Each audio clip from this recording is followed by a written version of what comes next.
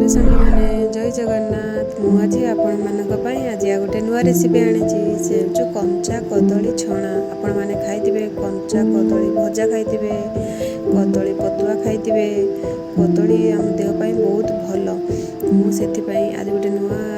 भाव करी से कंचा कदली छणा देख फास्ट गोटे पात्र हलदी पानी नहीं गली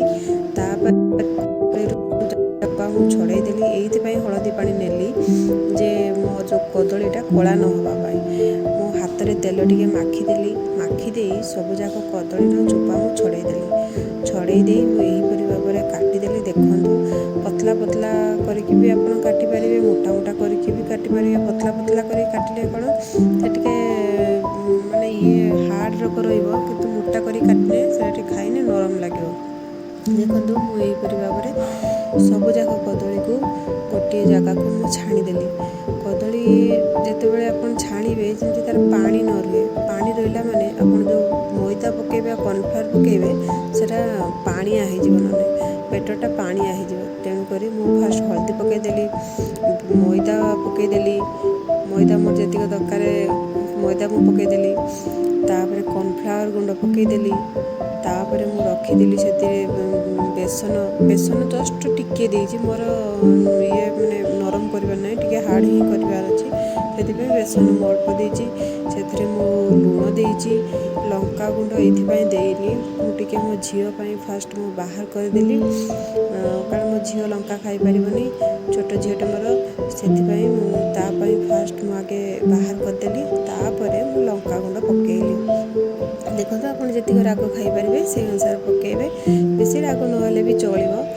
देखो यहीपरी भाव में सबुजाक आप भल से गोलई देवे जदि दरकार पड़े भी आप कलर आड करें मो झीपाई मु कलर देली ना जो मो झी खाइब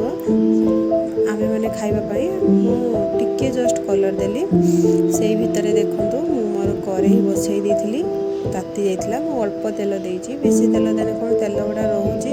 अल्प अल्प तेल देकी छाणी देखो यहीपरी भाव में मोर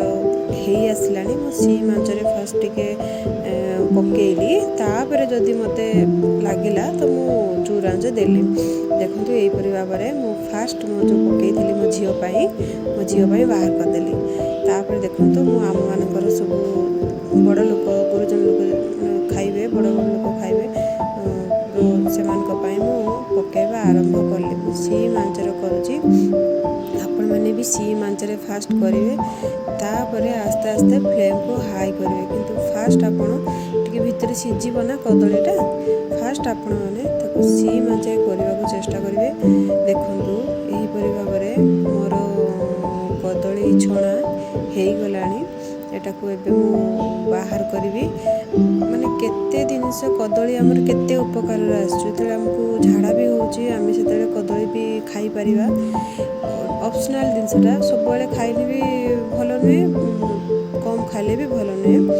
झाड़ा फाड़ा होते भी आप कदली खाई पारे केते इच्छा है भी आप कदली भाजिकी भी खाई पारे मुझे यहीपरी भाव में मत भल लगे बेसी तेल न खाइले भी भल किंतु सब नुआ नुआ आइटम टिके खाइले भल तो यहीपरी भाव में मोर सब जाक पकई जो कदली मु अल्प अल्प कर पकई सब छाणिकी गोटे पात्र को बाहर करदेली आपण मैंने भी थोड़े एमती करंतु खातु जदि भल लगिला चैनल को लाइक कमेंट सब्सक्राइब सुनिश्चित करूँ जय जगन्नाथ देखूँ यहीपरी भाव में करूँ खातु कहतु जय।